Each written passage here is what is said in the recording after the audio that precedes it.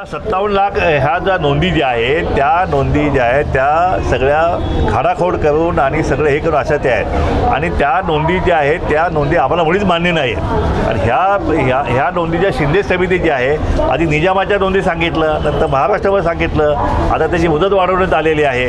पण हे अशा प्रकारे हा निजामकालीन किंवा अकबरकालीन नोंदी ज्या आहेत त्या नोंदी घेऊन जर आपण आरक्षण क्लेम करत असेल तर ते घटनात्मकदृष्ट्या बरोबर नाही आहे. त्याला आम्ही कोर्टामध्ये आव्हान दिलेलं आहे आणि हे कोर्टात टिकणार नाही. आणि कुठल्याही परिस्थितीत हे 57 लाख कुणबी नोंदी ज्या आपण म्हणताय त्या ह्या नोंदी बोगस आहेत आणि ह्या कुणालाही ओबीसी भटक्या मान्य नाहीत. आणि अशा प्रकारे बॅकडोर एंट्री ते फक्त जात बदलायची आणि सर्टिफिकेट घ्यायचं आणि ओबीसीमध्ये यायचं, अशा एवढा सोपा तर मार्ग नक्कीच ओबीसीमध्ये यायचा नाही आहे. आणि कुणी तसा प्रयत्न केला तो टिकणारही नाही आणि आम्ही टोकाचा विरोध त्यावेळी करणारच आहोत.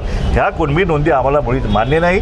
आम्हाला फक्त मराठा समाजाची मूळ मागणी जी आहे की कुठल्याही समाजाच्या आरक्षण धक्का न लागता आम्हाला जे आरक्षण दिलं गेलं पाहिजे ही सकल मराठाची मूळ मागणी 58 मोर्चाची आहे. तिला आमचा पाठिंबा आहे. आता सरकारने 10% आरक्षण दिलेलं आहे त्यालाही आमचा पाठिंबा आहे. आणि अशा प्रकारे जे टिकणारं आरक्षण जे आहे 50%च्या वरचं आरक्षण ते तुम्ही घ्यावं आणि त्याच्यामध्ये मराठा समाजानं समाधान मानावं अशी आमची विनंती जी आहे सगळ्या भटके विमुक्त आणि ओबीसी समाजाच्या वतीनं आहे. आपण कसं पाहतो हे कसं आहे की आता जरांगे साहेबांनी आंदोलन करताना कसं आंदोलन करायचं काय करायचं तो त्यांचा निर्णय, त्याच्यामध्ये मी कुठलंही करू शकत नाही. माझी फक्त एवढीच विनंती आहे सगळ्या आंदोलकांना की जे आंदोलन करण्याचा अधिकार हा सगळ्यांना आहे, पण ते घटनात्मक असलं पाहिजे, कायदेशीर असलं पाहिजे, मागणीसुद्धा घटनात्मक आणि कायदे असली पाहिजे.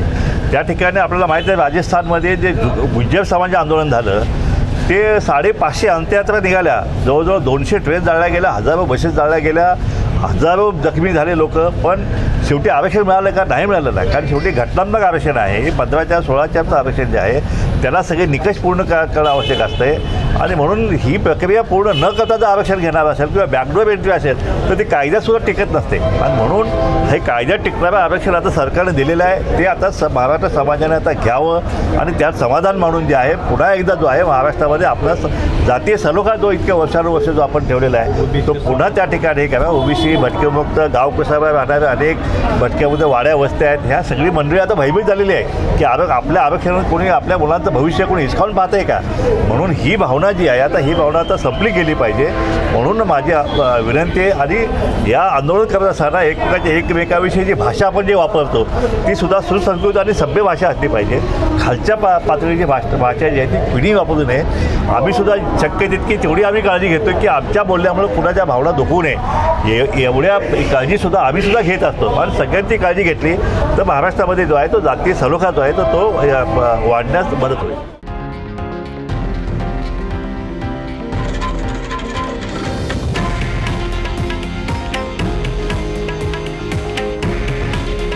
हे आहे देशातील नंबर 1 न्यूज नेटवर्क आणि आपण पाहत आहात TV9 मराठी. काळजी तुमची, हित महाराष्ट्राचं.